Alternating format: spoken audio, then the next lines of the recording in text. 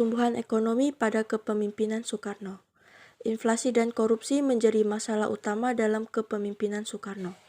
Inflasi menjadi kronis dan tidak terkendali sejak awal kemerdekaan. Jumlah uang beredar menjadi 2 kali lebih besar daripada tahun 1965.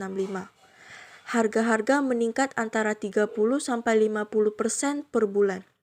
Presiden dan kabinetnya serta angkatan bersenjata pada saat itu menutupi kebutuhan mereka sendiri karena tidak dapat mengharapkan alokasi anggaran. Tanpa adanya anggaran belanja dan pengawasan anggaran yang efektif, selain itu, pasar gelap, penyeludupan, dan bentuk-bentuk penyimpanan lainnya telah mengurangi pengawasan ekonomi pemerintahan pada tingkat yang sangat kronis. Sebagian besar sektor ekonomi produksinya merosot seperti beras, makanan pokok, dan bahan makanan lainnya.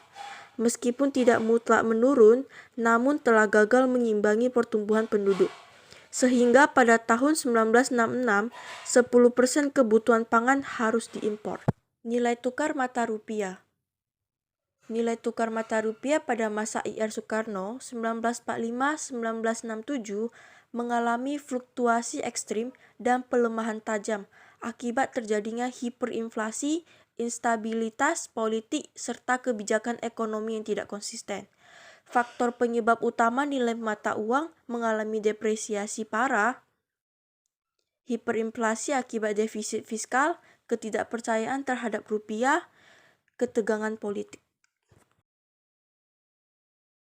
Pada masa awal kemerdekaan, Indonesia menghadapi tantangan yang besar dalam bidang ekonomi.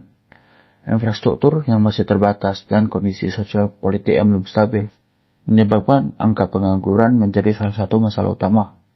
Diperkirakan pada tahun 1950-an, tingkat pengangguran di Indonesia cukup tinggi, mencapai sekitar 20% dari angkatan kerja.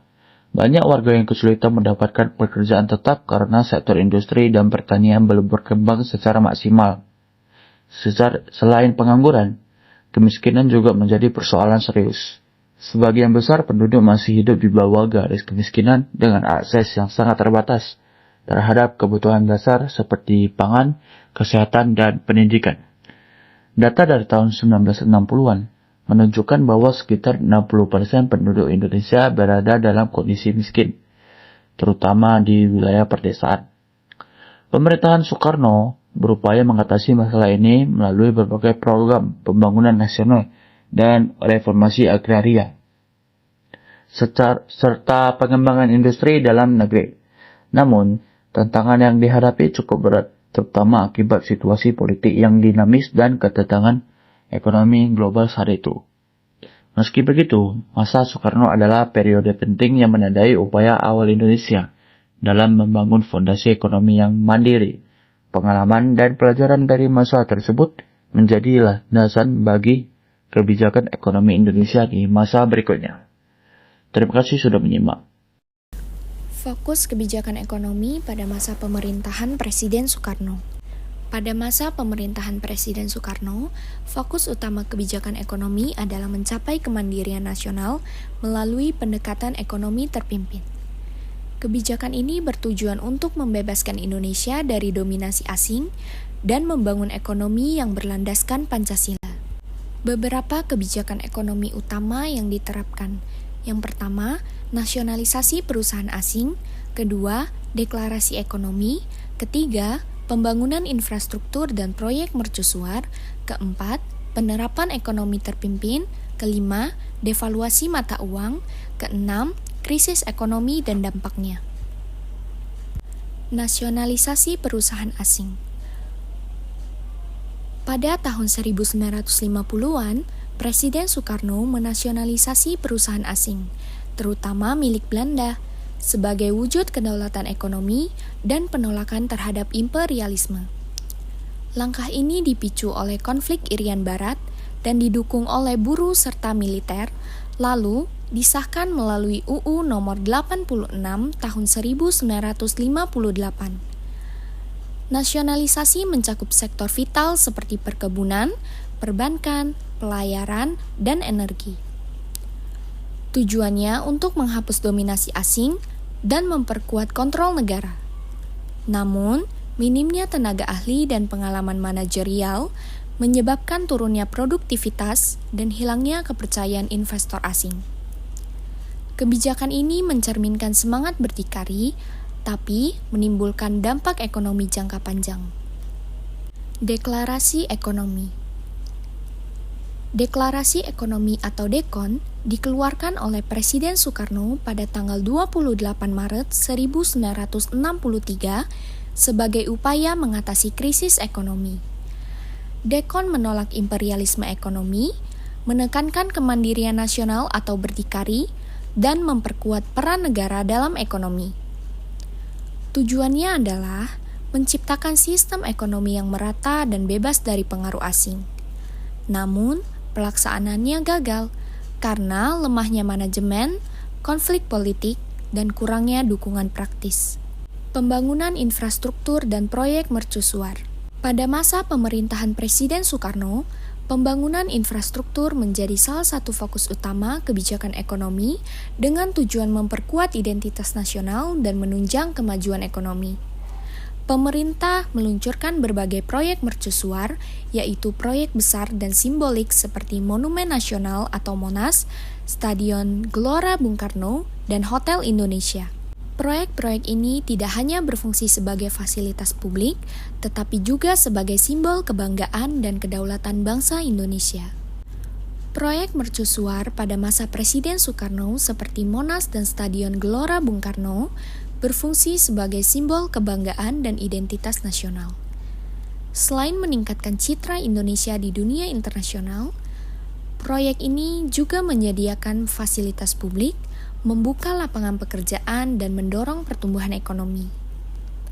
Secara politik, proyek ini memperkuat legitimasi pemerintahan pada masa Presiden Soekarno dan menegaskan kedaulatan bangsa. Penerapan ekonomi terpimpin. Sistem ekonomi terpimpin diterapkan sebagai upaya untuk mengatur dan mengendalikan perekonomian nasional secara terpusat oleh negara. Kebijakan ini bertujuan mewujudkan kemandirian ekonomi, menghapus dominasi asing, dan mengarahkan sumber daya untuk pembangunan nasional yang merata. Melalui ekonomi terpimpin, pemerintah mengambil alih peran utama dalam mengelola sektor strategis dan mengontrol produksi, distribusi, serta harga barang. Meskipun bertujuan membangun ekonomi yang berkeadilan, pelaksanaan ekonomi terpimpin menghadapi berbagai kendala, seperti birokrasi yang berat, kurangnya efisiensi, serta ketidakstabilan politik yang menghambat pertumbuhan ekonomi. Devaluasi mata uang. Pada tahun 1965, pemerintah melakukan devaluasi besar-besaran dengan menurunkan nilai rupiah dari Rp1.000 menjadi Rp1. Sebagai upaya mengendalikan hiperinflasi yang sangat tinggi. Kebijakan ini bertujuan menstabilkan ekonomi dan memperbaiki kepercayaan terhadap mata uang. Namun, devaluasi justru memperburuk kondisi ekonomi karena harga barang tetap tinggi, tetapi daya beli masyarakat menurun, dan tidak diikuti dengan pembenahan ekonomi secara menyeluruh. Krisis ekonomi dan dampaknya. Pada akhir masa pemerintahan Soekarno, Indonesia mengalami krisis ekonomi yang parah akibat inflasi yang sangat tinggi, kelangkaan barang, dan ketidakseimbangan anggaran negara. Inflasi mencapai lebih dari 600% pada tahun 1965, sehingga nilai rupiah anjlok dan daya beli masyarakat menurun drastis. Krisis ini merupakan dampak dari kebijakan ekonomi yang terlalu terpusat, pembiayaan proyek-proyek besar tanpa perhitungan matang, serta ketegangan politik dalam negeri. Akibatnya, kepercayaan terhadap pemerintah menurun, ekonomi menjadi tidak stabil, dan kondisi ini turut mendorong perubahan arah kebijakan setelah Soekarno tidak berkuasa lagi. Krisis ekonomi adalah suatu keadaan ketika perekonomian suatu negara mengalami penurunan drastis. Negara Indonesia sendiri juga pernah mengalami krisis ekonomi yang besar, yaitu pada tahun 1963 hingga 1965. Setelah Indonesia merdeka dan diakui kedaulatannya, ternyata negara kita tidak langsung bersatu dalam artian kompak dalam pembangunan ekonomi. Masih banyak pihak dari internal Indonesia sendiri yang masih belum sepenuhnya menerima kedaulatan dan kemerdekaan Indonesia. Jadinya, muncul banyak pemberontakan di daerah-daerah seperti Permesta di Manado, RMS di Maluku, pemberontakan di ITII, hingga perebutan Irian Barat. Jadi tidak heran kalau anggaran pemerintah terlalu banyak disalurkan untuk pengeluaran militer. Ada 2 operasi militer paling menguras anggaran pemerintah, yaitu Operasi Trikora untuk pembebasan Irian Barat dari Belanda, dan Operasi Dukora atau biasa dikenal dengan kampanye Ganjang Malaysia. Anggaran pemerintah untuk proyek-proyek besar seperti Stasiun TVRI, Monumen Nasional atau Monas, pembangunan Gelora Bung Karno, dan juga pelaksanaan Asian Games. Anggaran negara defisit, pemasukan yang minim dengan jumlah penduduk yang banyak, dan fasilitas penunjang ekonomi yang hanya berpusat di Pulau Jawa membuat terjadi kekacauan ekonomi. Pada saat itu, pemerintah mengambil keputusan yang kelak menjadi sebuah sejarah buruk, yaitu mencetak uang sebanyak-banyaknya. Hasil, jumlah uang yang beredar di masyarakat menjadi sangat banyak, lebih banyak dari produk dan jasa yang disediakan. Hal ini berdampak buruk hingga terjadi hiperinflasi yang mencapai angka 600%. Pada masa-masa tersebut, bahkan segenggam beras lebih berharga daripada uang. Saat jumlah uang beredar tidak terkendali, pemerintah melakukan redenominasi nilai mata uang dari Rp1.000 menjadi Rp1 di tahun 1165. Namun, tindakan tersebut bukannya berdampak baik, justru situasi terus memburuk. Para ekonom menilai tindakan pemerintah saat itu sia-sia saja. Lantas, harus bagaimana? Hentikan pencetakan uangnya. Karena apa? Karena seperti dalam ilmu ekonomi, jika jumlah uang yang beredar di masyarakat banyak, tentu saja harga barang dan jasa juga terus ikut meningkat. Oleh karena itu, hentikan pencetakan uang. Dan ya, benar saja, begitu pemerintah melakukan tindakan tersebut, harga-harga barang dan jasa di masyarakat mulai stabil.